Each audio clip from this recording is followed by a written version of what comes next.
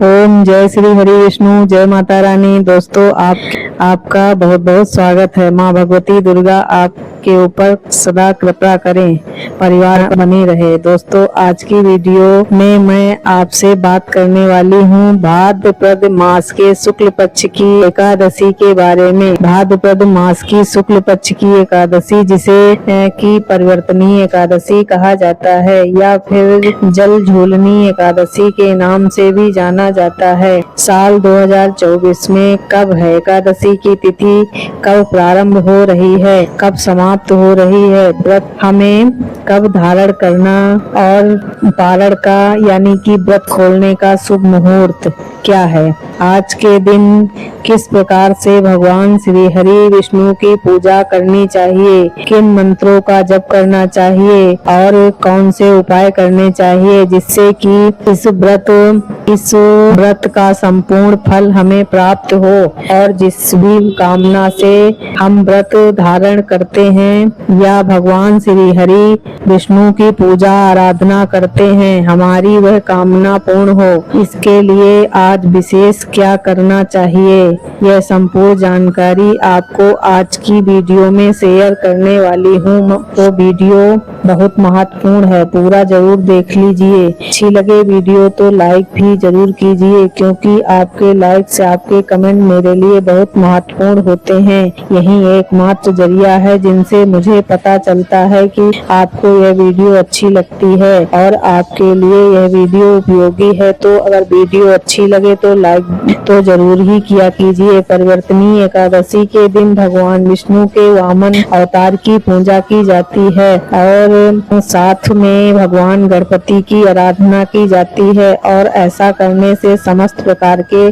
पापों से मुक्ति मिल जाती है। मान्यता है कि इस दिन व्रत धारण करने से और भगवान श्री हरि श्री विष्णु और माता लक्ष्मी की आराधना करने से माँ लक्ष्मी का आशीर्वाद प्राप्त हो जाता है और स्थायी रूप से श्री हरि विष्णु और माता लक्ष्मी की कृपा हमें प्राप्त हो जाती है। तो यह व्रत बहुत महत्वपूर्ण माना जाता है। अगर आप व्रत करते हैं अत्यंत ही श्रेष्ठ हैं। अगर किसी कारणवश आप व्रत नहीं भी कर पाते हैं तो भी आज के दिन आपको विधि विधान से भगवान श्री विष्णु की पूजा करनी चाहिए और मंत्रों का जाप करना चाहिए। और व्रत नहीं कर पाते हैं तो पूजा करने के साथ ही कुछ नियम जैसे सात्विक भोजन आपको करना चाहिए, जैसे कि लहसुन, प्याज, मांस, मदिरा, इन चीजों का सेवन अगर आप व्रत नहीं भी करते हैं तो भी एकादशी के दिन नहीं करना चाहिए। इसके साथ ही चावल का भी त्याग करना चाहिए।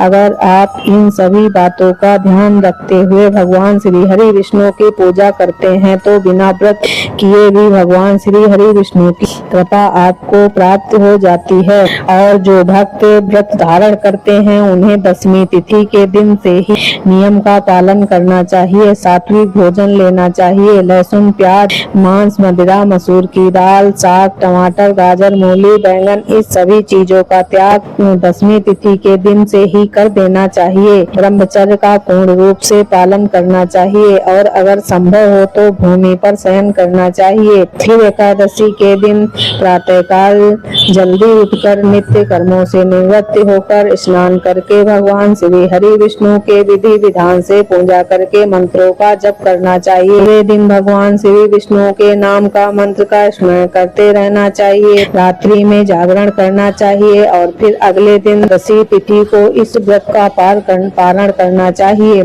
यानी कि व्रत खोलना चाहिए। इस प्रकार से जो भक्त एकादशी का व्रत धारण करते हैं उन्हें दशमी से द्वादशी तक सात्विक रहकर सात्विक आचार विचार व्यवहार के साथ भगवान श्री विष्णु की आराधना करनी चाहिए। और अब जानते हैं कि एकादशी की तिथि कब प्रारंभ हो रही है, कब समाप्त हो रही है और व्रत हमें कब धारण करना चाहिए। देखिए, एकादशी तिथि प्रारंभ हो जाएगी 13 सितंबर को रात्रि में 10:30 पर और समाप्त हो रही है 14 सितंबर को रात्रि से 8:04 पर। तो सूर्योदय कालीन तिथि के अनुसार 14 सितंबर 2024 शनिवार के दिन परिवर्तनीय एकादशी का व्रत रखा जाएगा। 14 सितंबर सूर्योदय काल का समय रहेगा सुबह 6:10 पर, समय रहेगा शाम को 6:27 पर। और राहु काल का समय रहेगा सुबह 9:19 से सुबह 10:05 तक। जैसा कि आप सभी जानते हैं, राहु काल में किसी भी प्रकार का शुभ कार्य नहीं किया जाता है। बात करें अभिजीत मुहूर्त की, तो अभिजीत मुहूर्त रहेगा सुबह 11:57 से दोपहर में 12:46 तक। इस समय में आप कोई भी शुभ कार्य कर सकते हैं। अच्छा एकादशी में हम ब्रह्म मुहूर्त में स्नान करते हैं, तो ब्रह्म मुहूर्त का समय रहेगा सुबह 4:30 से सुबह 5:30 तक। एकादशी के दिन बहुत ही शुभ योग हमें प्राप्त हो रहा है। सर्वार्थ सिद्धि योग का और सर्वार्थ सिद्धि योग का प्रारंभ हो रहा है 14 सितंबर 2024 को, यानी कि शनिवार के दिन रात्रि में 8:03 पर सर्वार्थ सिद्धि योग प्रारंभ होगा और समाप्त हो रहा है 15 सितंबर को सुबह 6:01 पर। तो मतलब अगर आप दान करते हैं, मंत्रों का जप करते हैं, रात्रि में जागरण करते हैं, तो इसका फल आपको कई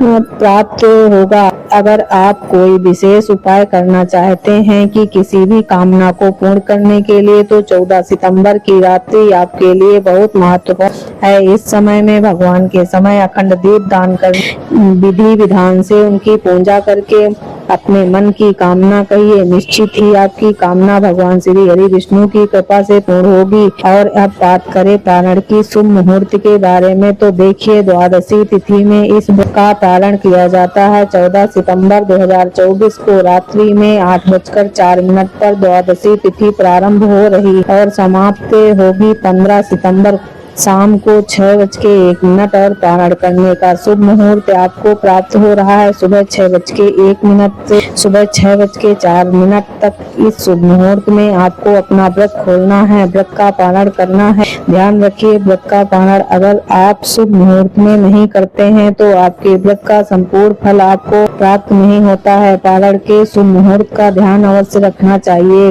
दोस्तों, आज की वीडियो में परिवर्तनीय एकादशी व्रत से संबंधित संपूर्ण जानकारी मैंने आपसे शेयर की। पूजा की संपूर्ण विधि और व्रत की कथा आने वाली वीडियो में आपको मिलेगी, तो चैनल से जुड़े रहिए।